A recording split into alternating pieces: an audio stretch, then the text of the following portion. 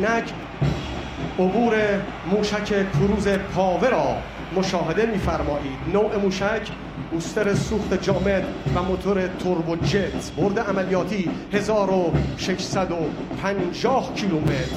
سامانه موشکی خیبرشکن را مشاهده می‌فرمایید. نوع موشک بالستیک با سوخت جامد با برد عملیاتی 1300 کیلومتر. نوع سرجنگی جدا شونده شدید الانفجار پرقدرت. همچنان سامانه موشکی خیبرشکن را مشاهده می‌فرمایید. دارای قابلیت هدایت سرجنگی تا انتهای مسیر، دقیق، زمان عملیاتی شدن بسیار کوتاه. بینندگان عزیز، هموطنان گرامی، سامانه موشکی دزپول را مشاهده می‌فرمایید. رژه یگانهای سپاه پرتوان و ارتش قهرمان امسال در مقابل دیدگان شما و دیدگان کارداران نظامی 24 کشور خارجی و همه دنیا برگزار می‌شود. همه دنیا بدانند ایران قدرتمند است، ایران قوی است، میماند، میایستد، دوست است با هر که او را دوست بدارد و دشمن است با هر که با او دشمنی کند. همینک سامانه موشکی شهید عزیزمان حاج قاسم سلیمانی را مشاهده می‌فرمایید. سامانه موشکی حاج قاسم سلیمانی، نوع موشک بالستیک با سوخت جامد، برد عملیاتی 1400 کیلومتر. نوع سرجنگی جدا شونده شدید الانفجار پرقدرت، دارای قابلیت هدایت سرجنگی تا انتهای مسیر، دقیق، تحرک پذیر، بالا. فلسطین پاره تن اسلام است و انشاءالله ما فلسطین را آزاد خواهیم کرد. عبور سامانه موشکی خرمشهر را مشاهده می‌فرمایید. نوع موشک بالستیک با سوخت مایع و تک مرحله‌ای، برد عملیاتی 2000 کیلومتر. سامانه موشکی خرمشهر را همچنان مشاهده می‌فرمایید. دارای قابلیت هدایت سرجنگی تا انتهای مسیر، دقیق راه نظام جمهوری اسلامی بنبست ندارد. این کلام مولا و مقتدای حسینی ماست، امام عاشقان، الگوی عارفان، امام سید علی حسینی خامنه‌ای. بینندگان عزیز، سامانه موشکی عماد را مشاهده می‌فرمایید. نوع موشک بالستیک با سوخت مایع و تک مرحله‌ای، برد عملیاتی 1750 کیلومتر. نوع سرجنگی جدا شونده نیمه نفوذی و نفوذی، دارای قابلیت هدایت سرجنگی تا انتهای مسیر، دقیق. قدرت جمهوری اسلامی به خاطر ایستادگی و بصیرت است. تمام دنیا بدانند. هموطنان گرامی، بینندگان عزیز، دنیا ببینید این سامانه موشکی عماد است که از مقابل دیدگان شما عبور می‌کند. اسرائیل روز به روز ناامن‌تر خواهد شد. این را مولایمان، اماممان، امام خامنه‌ای فرمودند. همچنان سامانه موشکی قدر اش را مشاهده می‌فرمایید که از مقابل جایگاه عبور می‌کند.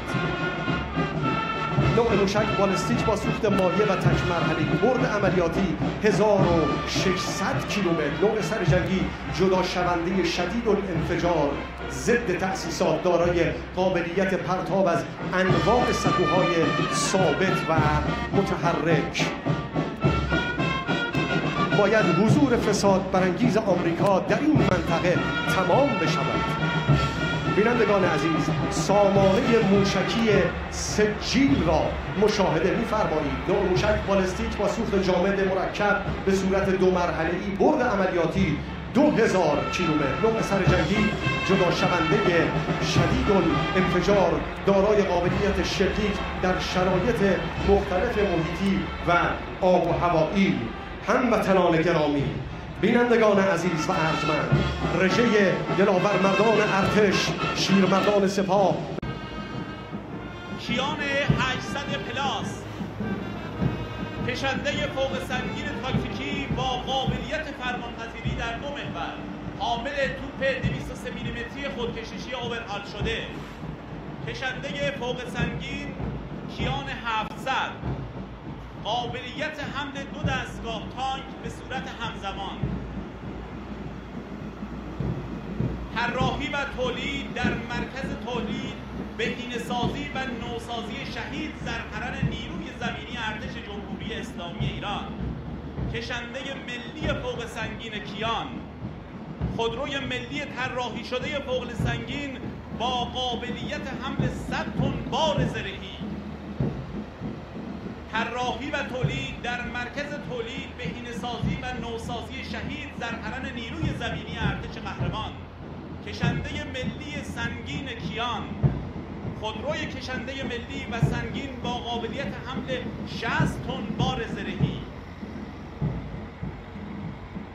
ارتش جمهوری اسلامی ایران یک ارتش مردمی و خدایی است. از فرمایشات درربار فرماندهی معظم کل قوا، تانک تیام، تانک اصلی میدان نبرد، دارای سیستم استابلایزر و گلوله‌گذار اتومات.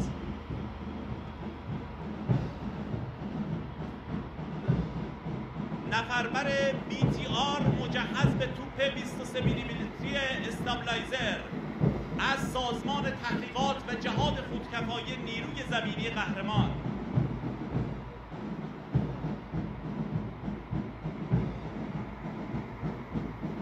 نفربر بازسازی و ارتقاش بافته M113A2 ساخت سازمان تحقیقات و جهاد خودکفایی نیروی زمینی.